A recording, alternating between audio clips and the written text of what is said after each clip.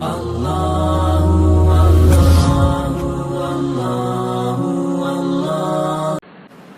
ini kita seolah-olah kita ambil iktibar benda ni dah lama berkubur. Ini adalah rekod-rekod yang Allah ceritakan dalam Al-Quran.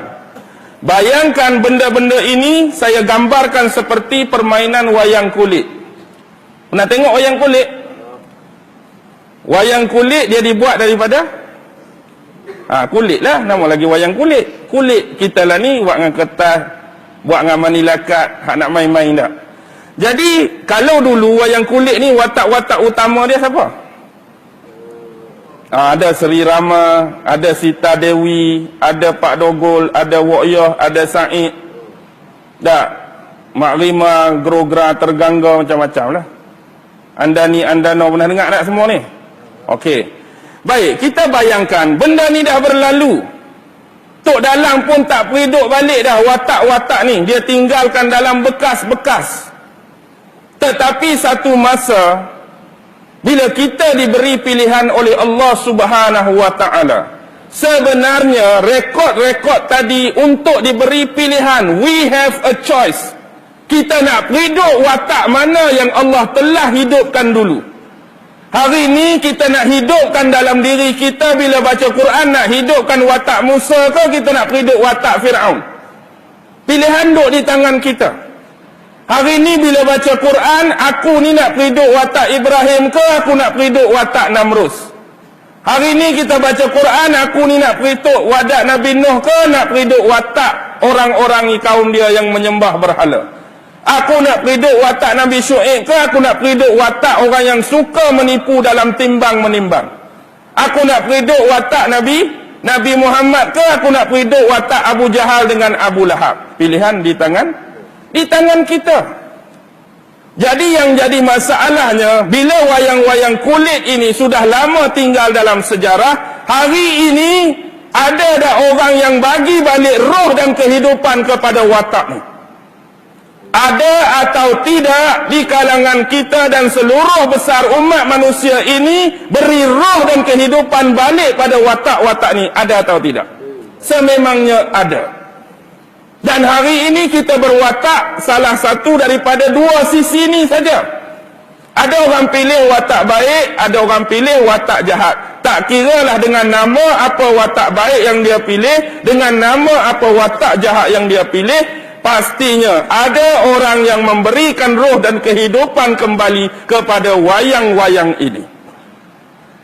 Dan bila dia start jadi Tok Dalang, cerita akan bermula lah. Kita akan berulang balik. Hak lama dah berkubur, hidup balik. Dan inilah pesanan Nabi. Ini pesanan Nabi. Akan terjadinya penyakit-penyakit tadi. Sememangnya kita perlu sedar. Antara orang yang terlibat secara penuh dalam setiap lakaran sejarah ini, mestilah orang yang diberi umur yang panjang oleh Allah. Sejak Nabi Adam dia dah ada, sampai hari ini dia ada siapa? Siapa? Setan, Iblis. Iblis mengenal setiap watak yang dilalui dalam lakaran sejarah zaman dengan cukup baik. Kerana dia memainkan peranan dalam setiap watak-watak tadi untuk menyelewengkan setiap akidah, untuk menyelewengkan setiap agama, untuk menyelewengkan setiap kepercayaan. Zaman Nabi Adam, Iblis dah ada. Zaman Nabi Iblis pula dah. Minta maaf. Zaman Nabi Idris, ke Iblis tak ada? Ada. Zaman Nabi Nuh, dia kan menyamar. Dia menyamar jadi tukang kayu. Bila orang-orang zaman Nabi Nuh bersedih, orang-orang soleh tadi dah meninggal, dia mari, aku juga bersedih. Sama seperti kamu, kita telah kehilangan orang-orang yang soleh. Tapi aku ni seorang tukang kayu, seorang tukang ukir. Apa salahnya kalau aku ni ukir daripada kayu wajah dan rupa orang-orang saleh tadi sebagai kenang-kenangan? Tu trik awal.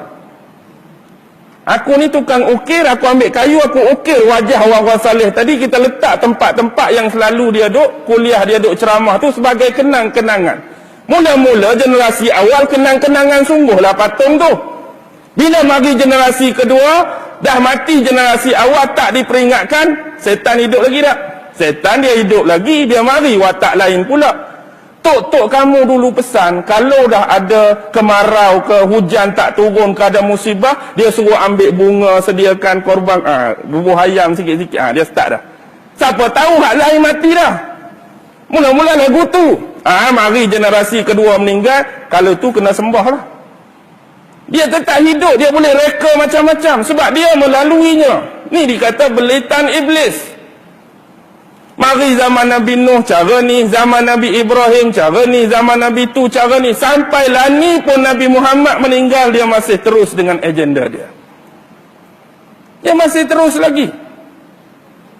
Jadi dia dibantu dengan seorang lagi anak keluar. Allah bagi umur panjang juga. Siapa? Dajjal. Bila iblis bergabung dengan Dajjal, lagilah mantap. Bergu kuat ni tak? Dajjal dari kalangan manusia, anak cucu cicit Adam. Iblis hak sezaman dengan Nabi Adam. Bergabung dua ni nak menjahanamkan manusia, terutama nak mengikis kepercayaan lah. Nak mengikis akidah, nak mengikis agama. Sebab itulah sejak zaman Nabi Adam sampai kita lah ni berapa agama dah? Islam saja tak? Tak ada agama lain ke? Ada agama lain? Ada tak agama lain? Kalau tak ada agama lain, ada Islam saja, agak-agak masjid besar ni ke? Agak-agak masjid besar ni ke kalau tak ada agama lain? Masjid kena besar lagi sebab semua orang Islam. Masalahnya berbagai jenis agama dah wujud. Macam mana boleh jadi banyak? Macam mana boleh jadi terseleweng? Sebab kawan tu ada lah. Dia sikit-sikit sipi jadi lagu ni. Dia sikit-sikit sipi jadi lagu ni. Dia ingat hak mula-mula orang start nak menyembah api dulu. Orang start nak menyembah api dulu pasal apa sembah api? Sebenarnya hak geng-geng sembah api ni, geng-geng hak ikut Nabi Ibrahim juga dulu waktu keluar dari bumi Babylon. Tapi mereka berpisah di pertengahan jalan, akhirnya mereka menuju ke bahagian timur. Jadi mula-mula mereka dah berpisah dengan Nabi Ibrahim ni, mereka periduk api. Periduk api mereka tu bukan saja-saja, tapi bila Nabi Ibrahim dah jauh, mereka periduk api tu semata-mata kerana mengenangkan Nabi Ibrahim pernah dibakar oleh Namrus. Oh, kita dulu pengikut Nabi Ibrahim, dekat dengan Nabi Ibrahim. Jadi bila di pertengahan jalan kita dah berpisah, dia cari kehidupan dia, kita cari kehidupan kita. Jadi nak peringat balik dengan Nabi Ibrahim, periduk api tu teringat Nabi Ibrahim kena bakar. Last sekali, tu mula-mula. Lepas tu generasi seterusnya, peringatkah sembah dah? Sembah api. Sebab apa? Hak cucuk tu. Hak kita tak nampak tu cucuk. Cucuk-cucuk jadi sembah. Kawan ni mula-mula buat patung peringat. Cucuk-cucuk-cucuk sembah. Sejarah agama cukup sadis. Kalau kita buka sebenarnya inti-inti sebenar dalam setiap kitab, pasti dia akan merujuk kepada apa? We have only one God. Hanya satu Tuhan. Hanya satu Tuhan. Yang hari ni jadi Tuhan banyak, hari ni jadi ada unsur Trinity, pasal apa? Sebab mereka nak mencipta kemusyrikan. Biar Tuhan ini ada bandingan. Biar Tuhan ini ada imbalan. Maksudnya bila kita percaya Tuhan, tapi kita percaya ada nama, suatu kuasa, sifat atau zat lain yang menyamai Tuhan hak pertama, dia dah jatuh musyrik. Dia dah jatuh musyrik. Walaupun hari ni kita kata, aku mana mengamalkan Trinity, aku tak mengamalkan Trinity, aku cuma percaya Tuhan yang satu.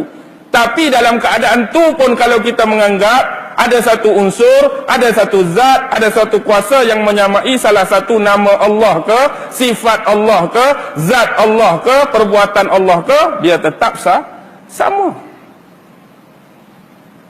Dia tetap sama. Bahaya atau tak bahaya? Memang bahaya. Sekarang apa yang perlu kita perhati ialah, bila ni pesanan daripada Nabi, ni pesanan Nabi, benda yang Nabi sebut tu kita nak letak kat kita ke kita nak jauh daripada kita? Tak, bukan hak tadi tu. Hak bergaduh, hak jenis suka berseronok, suka bermewah-mewah, suka timbun harta, suka tipu menipu, kita nak cuba jauhi ke, kita nak suruh masuk ke kita? Kita nak minta jauh. Ni Nabi pesan. Dan kita kena ingat, setan, iblis, dajjal, tahu tak hadis ni? Setan juga tahu hadis ni. Dan bila kita ni nak cuba tutup lorong ini, kawan sebelah sana nak tutup ke nak buka? Kawan sebelah sana nak tutup juga ke nak buka? Kita nak tutup, dia akan buka. Inilah yang kata perlawanan. Kita cuba tutup. Tapi hakikatnya hari ini hak Nabi sebut lebih kepada lorong yang dibuka oleh mereka. Budaya berseronok. Budaya ni tak pernah wujud pun di kalangan sahabat-sahabat Nabi dulu. Seronok tu ada, bukan yang melampau-lampau. Kita hari ni kurang seronok ke terlebih seronok? Dia akan buka jalan terlebih seronok. Cara nak berseronok, dia buat konsert-konsert. Cara nak berseronok, karnival-karnival.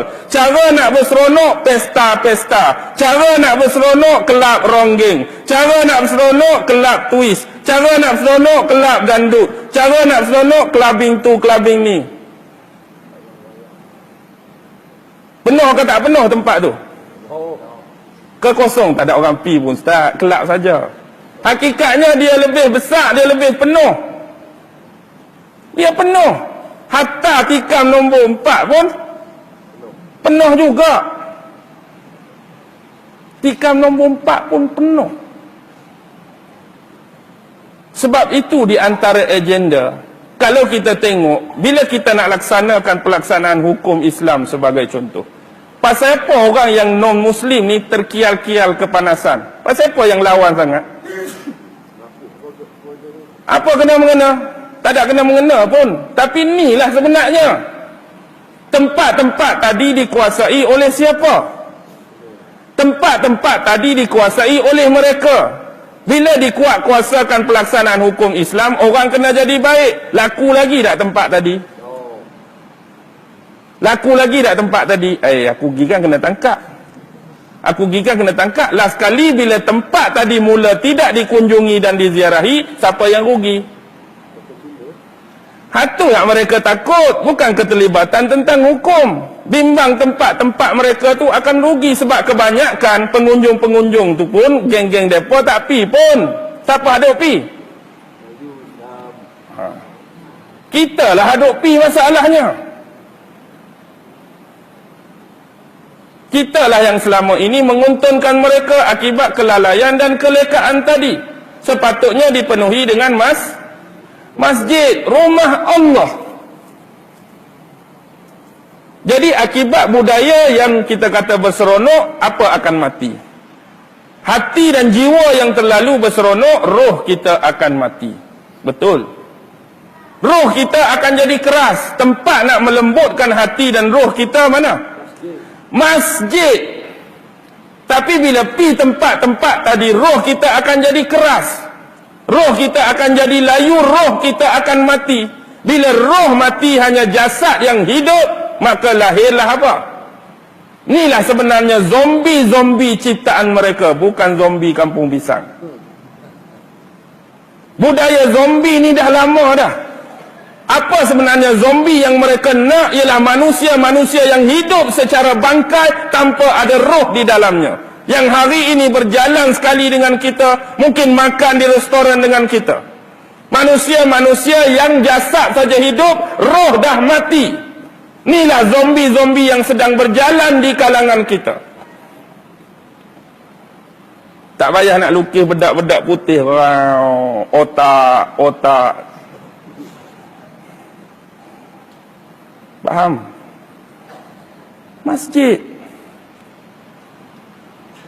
Budaya bermewah-mewah. Mewah tak kita hari ni? Syukur Allah bagi macam-macam nikmat. Nak kita tarik nikmat ni, tak mau nikmat ni hilang, dia kena ikat dengan Syukur. Allah bagi nikmat, ikat dengan syukur. Allah bagi kelebihan, ikat dengan syukur. Allah bagi keistimewaan, ikat dengan syukur. Mudah-mudahan nikmat-nikmat ini tak lari. Macam juga kambing kita, kalau style lepas tak ikat, dia pergi mana? Kita ada kambing tapi style tak ikat. Masuk dalam gua ada, lari kebun orang ada, masuk rak ada, masuk semak ada. Nak dapat balik payah. Tapi kalau kita ikat, senang. Hang tambak kat mana tadi? No, padang bawah pohon temesu. Senang pergi cari. Tapi kalau Allah duk bagi, syukur pun tak ada. Allah duk bagi, doa pun tak ada. Allah duk bagi, berterima kasih pun tak ada. Kita bimbang nikmat tu akan ditarik sedikit demi sedikit daripada kita. Pernah dengar tak tentang hadis Nabi di akhir zaman? Nabi bimbang tentang 3 unsur keperluan manusia. Unsur keperluan asas manusia cuma ada 3. Makan, pakai, tempat tinggal. Makan, pakai, tempat tinggal ni keperluan asas, keperluan basic. Tanpa makan kita akan mati. Tak ada pakaian kita telanjang. Tak ada rumah merempaklah kita kata. Nabi kata, satu masa kamu akan berpagi-pagi dalam keadaan pakaian yang lain dan di petang harinya dengan pakaian yang lain. Nak cakap mewah sungguh kamu. Pagi pakaian lain, petang pakaian lain. 2 saja. Tapi kita hari ni lebih ke tak lebih 2? Pagi bekerja ada suit masing-masing. Orang tu dengan kilang, gaya baju kilang. Orang ni dengan pejabat, gaya baju pejabat. Orang pergi kebun, gaya pakaian kebun. Balik tu, selepas mandi, pakai baju tadi ke baju lain dah? Baju lain dah. Sampai waktu asar, semayang asar, bini kata, lauk habis bang, jom pergi Maidin ke Giant ke, pakai baju tu lagi ke, baju lagu lain pula. Baju gaya menyemak sikit tak? Kita menyemak luar rumah, dalam menyemak. Menyemak tu apa maksud dia? Menyemak tu ala kadar lah. Ikat kain pun atas ni tak? Baju singlet putih, nyandai tengok TV. Kalau nak pergi keluar, semak lah. Lepas tu malam nak pergi masjid, baju pergi Maidin tadi ke baju lain pula? Baju lain pula. Nak tidur malam sekarang? Hak lain pula. Kita ni 5 hingga 6 pakai tukar hari-hari. Kadang-kadang rumah orang tu hak mewah, 5, 6 almari ada. Kadang-kadang kita tak tahu bila masa hang pakai baju ni. Mewah sungguh. Dari sudut pakaian, makanan. Bila kamu makan pada waktu tersebut tak dan habis lagi satu hidangan, maka akan dihidangkan hidangan yang lain. Dihidang dah satu jenis makanan, makan hak ni tak habis, mari hak ni. Makan hak ni tak habis, mari hak lain. Lauk pauk atas meja kita hari ni memang cukup banyak. Dan kalau kita pergi makan, ada berapa biasa paling common pun 2 kan? Paling common tu, tom yam campur 1, telur dadar 1, nasi kosong 3 dah. Campur air 4. Kadang orang saya nasi kosong sajalah. Lauk saya tak makan. Mujur lagu tu senang tak? Hak lagu tu kita nak belanja pun. Ya. Baik. Satu lagi, kamu akan menghias rumah-rumah kamu sebagaimana dihiaskan Kaabah dengan kelambunya. Dibayangkan dulu Kaabah, hias Kaabah tu letak kelambu, kamu pun akan menghias rumah masing-masing dengan macam-macam prasana, dengan macam-macam peralatan. Hari ini kita kata seolah-olah bukannya wajib. Kalau pi tu rumah besar tapi tak ada sofa, macam kelabu mata nak tengok dia. Rumah hang besar, sofa tak ada ke? Kosong. Rumah aku memang kosong. 4 tikar duduk aku tu. Ada sofa, ada TV besar. TV pula duk gaduh dah. Beli dah 60 inci besar. Kemudian Kak Melah belah rumah beli 72. Bila Kak Melah beli 72, bini kita demam. Bang, 72 bang, 72. 60 ada dah. Jom bang, petang ni cari hak 90. 90. Kak Melah dengar kita 90, agak-agak 72 ke, tambah lagi. Kak Melah pun duk tambah, dia duk bersaing lagu tu. Sofa tu lebih kurang, tapi dia nak bagi harga ada juga.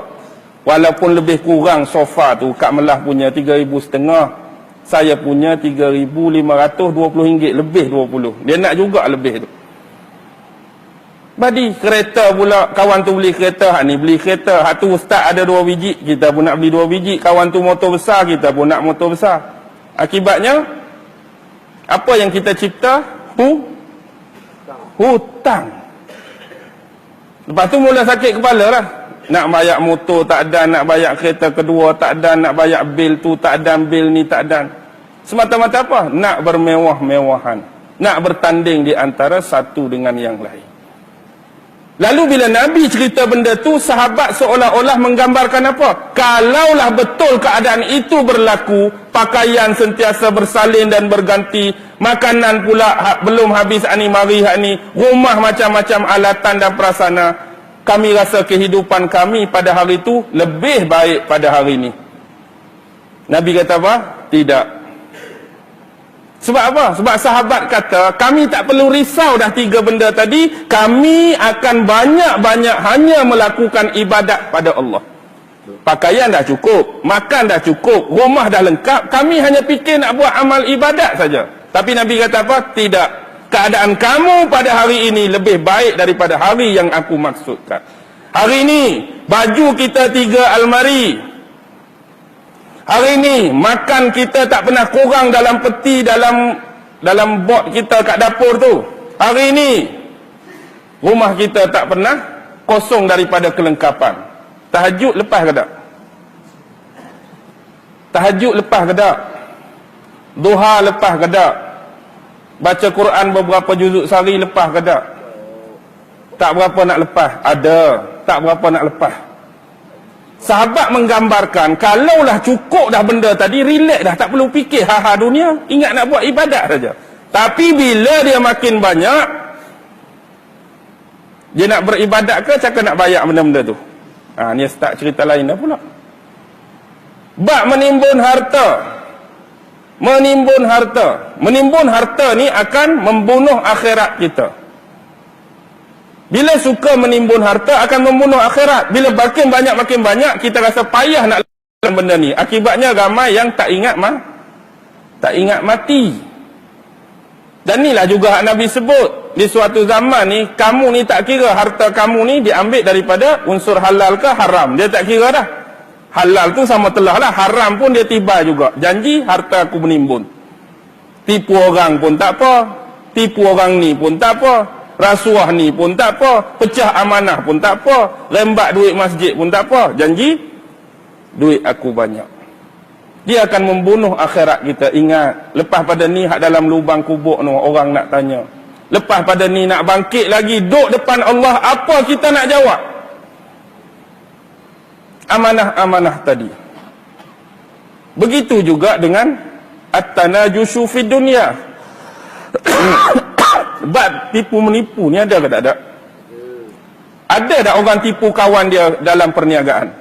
Ada orang tipu, padahal kawan dia sama-sama berniaga, dia boleh tipu. Ada orang tipu bapak dia kerana harta. Ada orang tipu mak dia kerana macam-macam. Ada orang tipu saudara dia, tipu adik-beradik dia kerana nakkan habuan-habuan dunia dan berebut kepadanya. Ini berlaku. Bab tipu menipu. Tengok zaman Korun dulu. Korun dulu ni miskin ke kaya asal dia? Korun ni miskin. Korun ni tak jauh sepupu Nabi Musa. Jangan ingat Korun jauh. Korun ni cuma sepupu Nabi Musa. Dia pengikut setia Nabi Musa. Kalau nisbah hari ni di mana Nabi Musa buat kuliah dia pi, Nabi Musa ceramah dia pi. Tapi sifat bagus dia, walaupun dia miskin, dia suka memberi pada orang lain.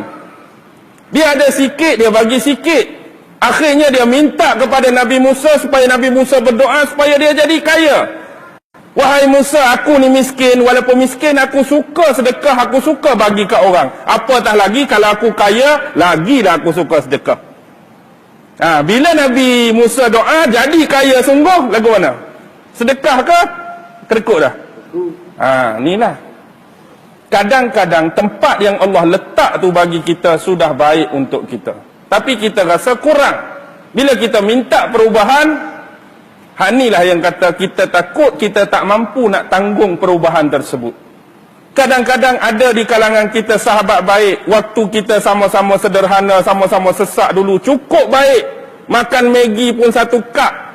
Tapi bila seorang tu dah jadi hebat, jadi kaya, Assalamualaikum, man, hang ingat lagi aku, hang ni siapa? Kan kita dulu sama-sama duduk rumah sewa, cari kerja, makan Maggi pun 1 cup. Aku tak kenal lah. Tu kisah lama lah. Kalau aku kenal hang pun lah ni bukan level aku nak berkawan dengan hang. Berlaku ke tak berlaku ni? Berlaku. Orang akan jadi berubah kerana perbezaan tadi, perubahan tadi. Jadi akibatnya jadi sebaliknya. Korun ni antara kelebihan dia, dia boleh buat. Korun ni dia jadi cepat kaya kerana dia boleh buat emas sendiri. Dia ada cara nak buat emas sendiri. Kita hari ni nak emas kena korek bukit, kena cari. Dia ni dia ada, kita tak tahulah ilmu dia tu. Dia campur gandum ke garam ke apa alat-alat dia, dia buat jadi hasil dia emas. Dia boleh buat emas sendiri. Sebab tu dia jadi cepat kaya. Kalaulah ilmu tu terlepas pada kita hari ni, agak-agak lagu mana?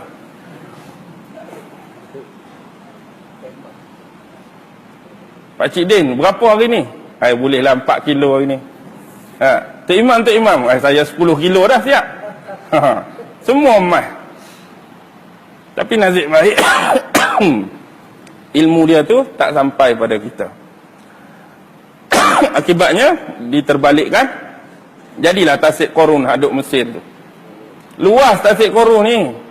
Bunyi saja tasik. Duk tebing ni tak nampak tebing sana.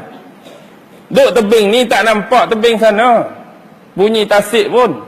Nak cakap luasnya, besarnya kurniaan Allah pada korun. Tetapi akibat dia mula melupa dan menderhakai Allah. Allah uji dia. Sekarang tengok bab tabagudu. Bab marah memarahi. Kita sebut dah di awal tadi. Sebelum tu 9-10. Standard masjid ni kira berhenti dah ke boleh pergi lagi? Dan saya pun bimbang jugalah kan.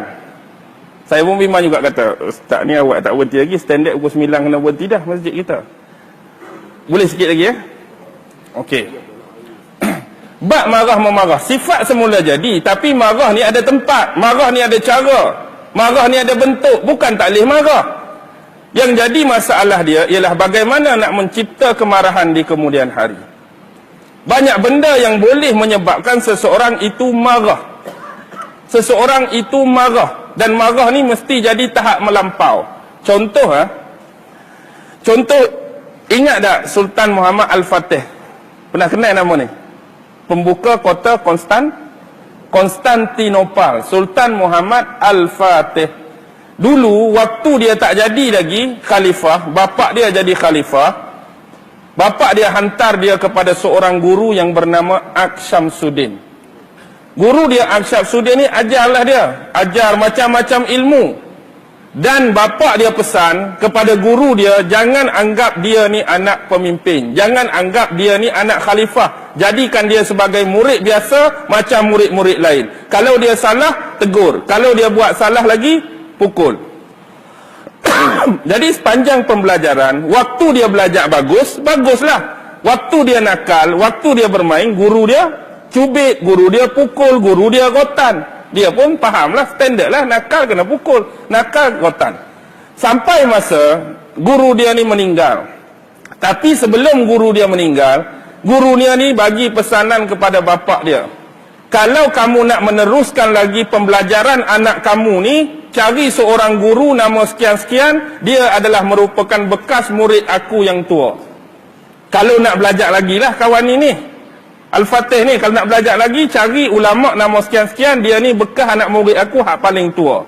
Jadi bila guru dia Syamsuddin meninggal, ayah dia pun pergi carilah guru tu. Jadi belajar pula dengan guru kedua. Belajar dengan guru kedua ni dia jadi tak selesa. Sebab apa dia jadi tak selesa? Sebab kalau guru dulu tak buat salah, tak kena pukul. Buat salah baru kena pukul. Guru hak baru ni tak buat salah pun kena pukul, buat salah pun lagilah kena pukul. Jadi pelik rasa dia memberontak lah. Aku ni tak buat salah, hari ni kena cubit. Aku tak buat salah, hari ni kena rotan. Aku tak buat salah, hari ni kena pukul. Jadi jiwa seorang remaja ni memberontak. Dia boleh menerima kalaulah dia tak buat salah, tak dipukul. Kalau salah, baru dipukul. Dia cuba tanya guru dia, pasal apa guru buat macam ni? Aku tak buat apa kesalahan pun, pasal apa rotan aku, pasal apa pukul aku? Aku tak akan jawab soalan kamu. Belajar saja. Jadi selama mana kita akan selesa dalam pembelajaran, kalau tak buat salah, kena hukum. Siapa yang boleh selesa kalau tak buat salah, kena rotan. Lama kelamaan persoalan ini terjawab bila bapa kepada Al-Fatih meninggal. Otomatik yang naik jadi khalifah siapa? Dialah.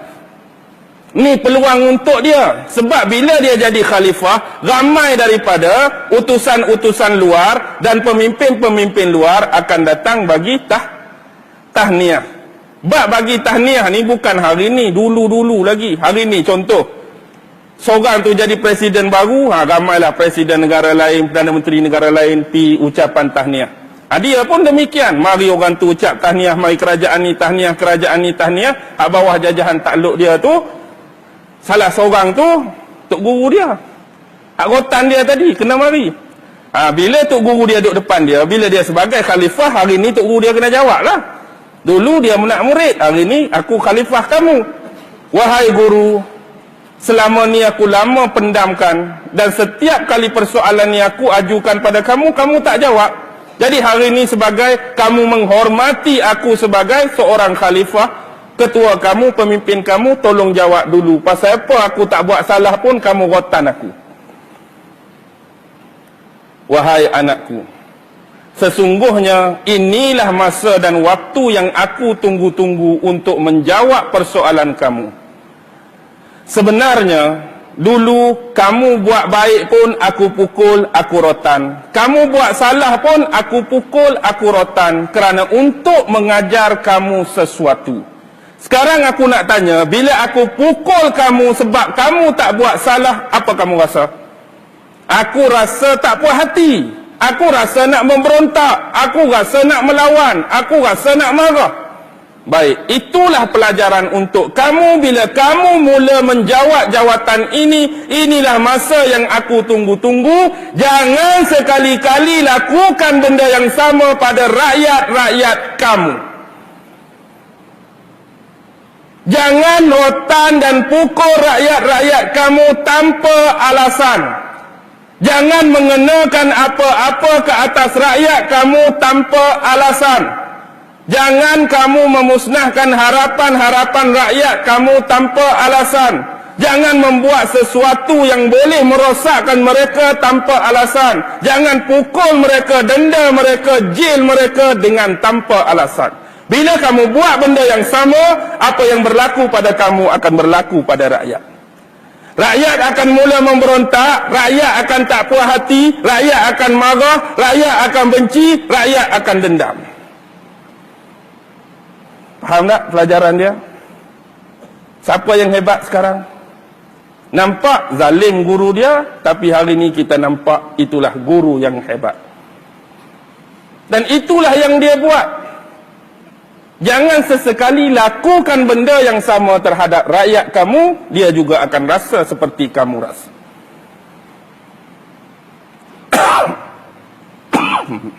Minum sah.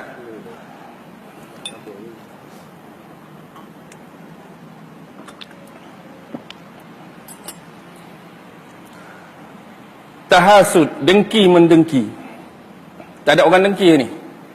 Ada, ramai orang dengki. Kadang-kadang orang kita kan standard tak? Seorang buka restoran, seorang buka restoran. Hak ni laku, hak ni tak laku. Lepas tu apa jadi? Bomoh lah, hantak lah, santau lah. Last sekali, kedai kawan ni merudum, jatuh, tak laku, tutup, sengih-sengih dia, padam muka. Padahal aku buka dulu, hang nak pergi buka pula sebelah kedai aku. Lepas tu nak tunjuk action kedai hang laku, sekarang dah kena. Kadang-kadang masakan baru masak, bila orang sentuh saja jadi cepat. Cepat basi lah, cepat rosak lah, lalat mai, tak tahu kok mana, kawasan tak ada lalat pun tiba-tiba ada lalat. Dengki mendengki, padahal sama agama. Tapi bila ihsan tu tak ada, habis. Ihsan tak ada. Kalau tanya dia, siapa Tuhan kamu? Agak-agak apa dia jawab? Allah juga. Semayang tu wajib ke? Wajib. Tapi di mana Allah waktu kamu duk buat benda tu? Di mana kekuasaan penglihatan Allah waktu kamu duk buat benda tu? Kamu percaya pada Allah, kamu mempercayai juga sifat-sifat Allah. Waktu duk buat maksiat, waktu duk buat dosa, mana Maha melihat Tuhan pada kamu? Mana Maha melihat Tuhan pada kamu waktu duk buat maksiat dan dosa tu? Maksudnya keimanan kita hanya pada sebutan, tapi pada ihsan tak ada. Merasai itu tak ada. Contoh kita ambil, tengok sebenarnya nak settle benda ni, Nabi dah sebut 4 benda. 4 benda agenda. Sayati ala ummati zamanun la yabqal islamu illa ismuhu wa la yabqal qur'anu illa rasmuhu. Masajiduhum yawma idzin amirah walakinnahum kharabun minal huda wa ulama'uhum syarrun nas tahta adimis sama' minhum takhrujul fitan wa fihim ta'ud. Akan datang menimpa umat aku di suatu zaman, Islam itu cuma akan tinggal nama. Al-Quran cuma akan tinggal tulisan. Masajiduhum yawma idzin amirah. Masjid kamu pada waktu itu besar, cantik, indah. Walakinnahum kharabun minal huda. Tetapi kosong dan sunyi daripada hidayat. Wa ulama'uhum syarrun nas tahta adimis sama'. Dan ulama-ulama kamu pada waktu tersebut adalah sejahat-jahat manusia yang pernah berada di bawah naungan langit. Kalaulah digambarkan dalam hadis Nabi, ulama-ulama kamu sejahat-jahat manusia, hak tak ulama lagu mana? Dah ulama pun sejahat-jahat manusia, hak tak ulama lagu mana? Minhum takhrujul fitan, daripada ulama-ulama inilah akan keluarnya fitnah-fitnah, wa fihim ta'ud, dan fitnah ini juga akan kembali dan berlegar di kalangan mereka. Berlaku atau tidak hari ini? Di kalangan ulama fitnah-fitnah tu berlaku, di kalangan ulama fitnah-fitnah tu keluar, dan fitnah-fitnah tu akan berlegar di kalangan mereka. Jadi kalau dulu ulama-ulama menunjukkan kepada kita satu contoh kebaikan, contoh kasih sayang, contoh perbaikan, contoh tu, contoh ni. Tapi hari ni ulama duk asyik bertekak, ulama duk asyik bergaduh. Jadi hak pening siapa? Ni halal ke haram sebenarnya? Ni betul ke salah sebenarnya? Ni sahih ke tak sahih sebenarnya? Kita jadi pening, tanya lagu, tanya hak lagu tu, tanya ni lagu ni. Lepas tu ulama dulu mereka hanya mengkritik pada ilmu, mereka tak kritik pada batang tubuh. Mereka tak kritik dia ni ulama jerawat batu kat muka besar, tak ada. Dia ni bisul banyak, tak ada. Dia kritik pada bahan ilmiah semata-mata. Hak ni salah, hak ni tak salah. Tapi kita hari ni bukan saja kritik tu, kita kritik sampai batang tubuh. Ulama tu sengit lah, ulama ni tak betul lah, ulama ni mata juling lah, ulama ni lagu ni, ulama ni lagu ni. Pasal apa jadi lagu ni? Memang mereka dah buat Islam cuma tinggal nama. Mereka dah buat juga Quran cuma tinggal tulisan.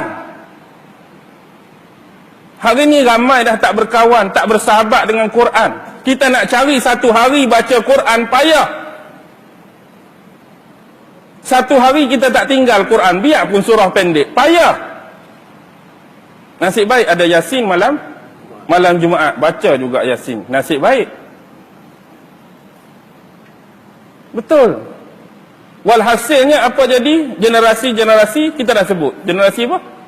Burung kakak tua. Memang kita banyak menghasilkan generasi burung kakak tua. Betul, kita dah lalui macam-macam tentang Al-Quran. Kita belajar huruf-huruf abjadiyah. Kita belajar baris atas, baris bawah, baris mati, baris depan. Pasal apa panggil baris depan? Sedangkan dia tak duduk depan pun, dia duduk atas. Pasal apa panggil baris depan? Baris tu bukan duduk depan huruf, duduk atas huruf. Pasal apa panggil baris depan? Baris atas, betul dia duduk belah atas. Baris bawah, betul dia duduk di bawah. Baris mati, betul dia bulat. Baris depan tu dia tak duduk depan huruf, dia duduk atas huruf. Tapi pasal apa panggil baris depan? Pasal apa panggil baris depan? Pasal apa? Pasal setiap huruf, bila saja ada baris depan, semua bentuk bacaan mulut tu mesti muncung ke depan. Faham? Bu, tu, ju, lu. Kes mulut tu ke depan, orang panggil baris depan. Padahal baris tu duduk depan ke duduk atas? Baris duduk atas. Sebab setiap kali baris tu, mulut tu dia pergi muncung ke depan. Orang panggil baris depan. Bab tajwid kita tak ketinggalan. Tarannum kita hebat. Tapi yang jadi masalah ialah pemahaman tentang tafsiran Al-Quran. Hak ni terabai. Kita boleh baca, kita boleh ingat. Alam tara kaifa fa'ala rabbuka. Apa makna dia tu? Makna aku tak tahulah. Sebab aku Arab. Tarannum bagus. Dia baca tarannum bagus. Tajwid lengkap. Tapi tanya dah pemahaman, tanya terjemahan, tanya tafsir. Inilah kesilapan, kerugian sejak sekian lama. Akibatnya jadi apa? Jadilah generasi burung kakak tua. Kita sebut dah contoh. Orang kaya, dia sunyi, dia pergi kedai burung, bukan kedai burung Abdul Wahab lah. Kedai burung biasa. Dia pergi kedai burung, dia nak beli burung. Hak ni jenis ni tak mau, hak ni jenis ni tak mau. Hak ni burung kakak tua boleh bercakap. Aku nak hak ni. Sebab tuan kedai kata dia boleh arjuk apa yang kita sebut. Balik dia ajar lah. A, B. Bagus ni. Selamat datang. Selamat datang. Selamat datang. Oi, ya. Nak test? Hello adik-beradik, panggil aku buat makan-makan sikit kat rumah aku. Mari adik-beradik dulu. Masuk saja laman rumah adik-beradik. Selamat datang. Selamat datang. Selamat datang. Ya. Kadang-kadang lalu pakcik mak pagi-pagi jogging kot tepi pagar pun, selamat datang. Selamat datang. Kak Lijah nak lalu pi pasar pun, selamat datang. Selamat datang. Bangga tuan dia. Tapi rumah orang kaya, malam-malam pencuri duk endap. Pencuri pun masuk. Lalu kot depan burung, apa dia? Selamat datang. Selamat datang. Selamat datang. Dah sekali bangun pagi esok, harta benda habis, barang kemas habis. Tak ada guna lah. Patutnya pencuri masuk, help. Ni duk selamat datang juga. Maksudnya dia tak faham apa pun. Siapa pun mari tetap selamat datang. Baik ke jahat. Jadi kita hari ni melahirkan generasi itulah. Baca je tapi tak tahu apa. Itu sayang umur kita dengan Quran.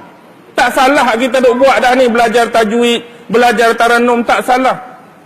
Tapi fikirkan, Al-Quran ni turun untuk difahamkan. Jadi apa yang kita faham tentang Quran? Jadi Quran memang betul-betul tinggal tulisan. Masjid. Masjid ni satu hal juga. Masjid ni macam ni lah mudah. Bila kita sebut masjid, ingat tak? Kalau kita baca ayat kursi, dia ada satu fenomena. Fenomena ayat kursi ialah Allah ini tidak tidur dan tidak, Allah tak tidur dan tidak mengantuk. La ta'khuzuhu sinatun wala naum. Fenomena Allah tak tidur dan Allah tak mengantuk. Sepatutnya representation dia, rumah dia pun jadi lagu tu, tak tidur dan tak mengantuk. Sebagaimana zaman awal-awal dulu. Yang jadi masalah lah ni, rumah dia ditidurkan ke? Rumah dia jadi tak tidur tak mengantuk. Habis kuliah lepas ni, semayang isyak, apa jadi? Kita mula menidurkan masjid. Kita mula menidurkan rumah Allah. Bila dia bangun balik? Nanti nak azan subuh. Contohlah ni. Kadang-kadang ada orang tak bergaduh dengan bini pukul 2 pagi. Dia balik kelak dandut. Bergaduh dengan bini. Bini duk Mengepek lah Kelantan panggil. Ke sini panggil apa? Lebih kurang lah. Mengepek. Dia pun jadi insaf. Aku ni nak cari ketenangan lah. Balik rumah bini merepek. Aku nak pergilah solat taubat ke tahajud ke mana-mana masjid. Dia pun start kereta pukul 2. Agak-agak masjid mana buka? Agak-agak masjid mana buka masa tu? Dia ni betul-betul nak sembahyang ni. Lalu kok tu, tutup. Kok ni tutup. Kok ni tutup. Kalaulah tengok cahaya lampu, kok-kok ada orang, dia pun try nak pintai. Bukan nak mencuri pun. Nak tengok kok-kok ada orang, boleh tumpang masuk. Waktu tu kalau ada orang lain lalu, tengok dia duduk lagu ni, apa jadi? Orang kan anggap mencuri, orang kan anggap dia cuba buat benda salah. Hak inilah sebenar yang menjadi kepayahan kepada pengurusan masjid. Antara mempertimbangkan aset-aset berharga masjid dengan bagi laluan kepada mereka-mereka yang nak buat iktikaf. Hak mana lebih besar kebaikan dan mudarat? Memang boleh kita nak buka orang-orang nak iktikaf, tapi aset masjid lagu mana? Takut buka 2 malam TV 2 tak ada. Buka 2 malam tabung masjid tak tahu ke mana. Perbezaan dia apa? Kalau kita melihat rumah ibadat selain daripada rumah ibadat orang Islam, mereka ada guard, mereka ada jaga. Ini saya boleh tengok berlaku di Penang. Sebab kenapa mereka boleh imarahkan 24 jam? Dan kita selalu tanya, kuil kamu ke, gereja kamu ke, church kamu ke, kalau mari ramai-ramai ada slipper hilang tak? Dia kata jarang slipper nak hilang, orang tak curi slipper. Kalau masjid kita hilang tak slipper? Hilang tak masjid kita? Masalahnya masjid kita jadi hilang slipper. Patut depa lah lebih hilang. Contoh hari raya terutama tak? Kita mari slipper RM3, kadang-kadang balik slipper harga RM30. Kadang-kadang tak? Pakai kasut harga RM30, balik kasut harga RM300. Padahal kawan tu tadi duduk semayang sebelah kita. Hak bedai, hak sapu tadi duduk Allahu Akbar sebelah kita. Tengok-tengok dia yang bedai kasut kita. Itu yang jadi masalah. Bila tak tidur, inilah yang jadi masalah ni. Antara pertimbangan kehilangan aset masjid dengan laluan iktikaf. Iktikaf pun satu hal. Kita melebihkan iktikaf ritual berbanding iktikaf aktual. Iktikaf ada 2. Satu iktikaf ritual, satu iktikaf aktual. Iktikaf ritual selalu kita buat. Masuk solat tahiyatul masjid, masuk solat sunat, masuk baca Quran, masuk berzikir, masuk berwirid. Tu ritual. Tapi ibadah aktual jarang orang buat. Dan dia payah nak berlaku masjid cantik besar-besar. Biasa masjid kita dulu-dulu di kampung, apa dia? Masuk macam ni. Kadang-kadang kita ambil Quran dari sudut ritual. Kita baca Quran dah habis 2 juzuk, tapi taik lipah 2 kilo sebelah, tak ada siapa pun ambil tahu. Baca Quran dah 2 juzuk, taik lipah ada, taik cicak ada, takapek, tak ada siapa pun ambil tahu. Ikut dia duduk situ lah, janji aku baca Quran, habis 2 juzuk. Tengok ada taik lipah, tengok ada taik cicak, tengok ada air tumpah, tapi kita tak ambil tahu pun. Sebab kita lebihkan iktikaf ritual, aktual tak ada. Kadang-kadang berzikir, kita pun masuk. Berapa dah man? Ustaz sekat ni 30,000 dah ni. Subhanallah 30,000. Cuba hang lengguk atas, penuh sarang labah-labah. Tak ada siapa ambil tahu pun. 30,000 boleh sarang labah-labah, tak ada siapa ambil tahu. Sebab itulah falsafah masjid perlu di reconstruction dengan tawaf. Ini yang kita nak pada ahli-ahli masjid, pada anak-anak Korea. Konsep tawaf ni, sebelum masuk masjid, tawaf pertama, tengok mana-mana ada paip-paip dan kepala yang tercabut. Tawaf yang kedua, tengok dinding-dinding mana hak tak cat, dinding-dinding mana hak retak. Tawaf kali ketiga, tengok siling mana hak tak ada lubang, siling mana hak ada lubang. Tawaf kali keempat, bol lampu mana hak nyala, bol lampu mana hak tak nyala. Tawaf kali kelima, rak-rak kasut mana hak patah, rak-rak kasut hak tak susun. Tawaf kali keenam, hak mana jambang hak bersih, mana jambang tak bersih. Contoh. Siapa buat? Kita hari ni kepala paik satu. komplain. Longkang tersumbat, longkang ada tin, padahal tin satu, lepas ambil wudu, ambil tok tentu sampah lah. Ni peluang ni. Kecil. Mesyuarat agung nanti siap lah. Longkang penuh. Dia nak tunggu tu lah. Siapa pengerusi majlis tahun ni? Tengok ni, contoh tin penuh, nak tibai pengerusi. Kepala paik tercabut, padahal kepala paik berapa sen je. Siapa pun boleh tolong bubuh kepala paik. Lampu 2 biji tak nyala pasal apa ni, tak ambil tahu ke? Satu lah. Masjid siapa? Masjid AJK ke masjid kita? Masjid kita. AJK ambil tugas pun tu alhamdulillah dah. Kalau agak ke kita gedegang, tapi saya dengan ini sebagai ahli sebagai ahli Korea nak melantiklah Cik Syukur sebagai timbalan air. Janganlah saya banyak kerja saya. Dia kalau orang bagi kat dia tak mau pula. Tapi bila ni dia banyak komen. Dia banyak komplain, bukan nak membantu pun. Macam-macam lah hal masjid tak. Baik, kembali. Hal masjid satu lagi ialah masjid kita ni, kalau kita nak buat sama macam zaman dulu, ialah masjid ni dipenuhi selain majlis ilmu, apa lagi kita boleh buat? Nak tarik orang datang masjid. Satu hak semayang tu satu hal dah. Lepas tu buat kuliah, buat ceramah satu hal yang lain. Apa lagi hak boleh tarik orang? Banyak aktiviti. Ada setengah masjid tu buat acara memanah ke contoh, buat acara memanah. Ada setengah masjid tu buat acara silat. Ada setengah masjid tu buat ajak geng-geng muda, geng-geng, bukan geng rempit, geng-geng naik motor ni, kita pergi jalan-jalan lah mana-mana tempat. Jadi diketuai oleh orang-orang ustaz ke seorang kat duduk depan tu. Biarlah motor kacai pun. Hari ni kita nak pergi mana? Pantai Batu Buruk. Maksudnya ada pengisian dalam tu. Sampai sana semayang jemaah, ada tazkirah ringkas, kita mandi-mandi. Kita boleh buat macam-macam kalau kita nak. Kalau kita nak, kita boleh buat. Satu, perancangan mengikut skedul ataupun jadual masjid masing-masing lah. Fikirkan apa yang perlu dan terbaik untuk anak-anak Korea ataupun orang-orang yang berada dalam kawasan kita. 9.40. Lebih ni kot. Bolehlah berhenti slow-slow lah. Bolehlah berhenti slow-slow. InsyaAllah, walau apapun, 6 perkara ni sebaik-baiknya kita cubalah jauhi daripada diri kita dengan perkara-perkara yang disebut dan disabdakan oleh Nabi, iaitu penyakit-penyakit umat terdahulu. Apapun kita sentiasa memohon kepada Allah dalam segala bentuk kelemahan dan kekurangan yang kita ada, kita mohon kekuatan dan pertolongan daripada Allah untuk meneruskan kehidupan di dunia ini dengan akidah yang benar dan sahih, dengan syariat yang lulus dan terpimpin, dan dengan ihsan yang benar-benar meresapi di dalam keimanan dan syariat kita. Mudah-mudahan Allah sentiasa memberkati dan meredai kita semua. Wabillahi taufiq wal hidayah. Wassalamualaikum warahmatullahi ta'ala wabarakatuh.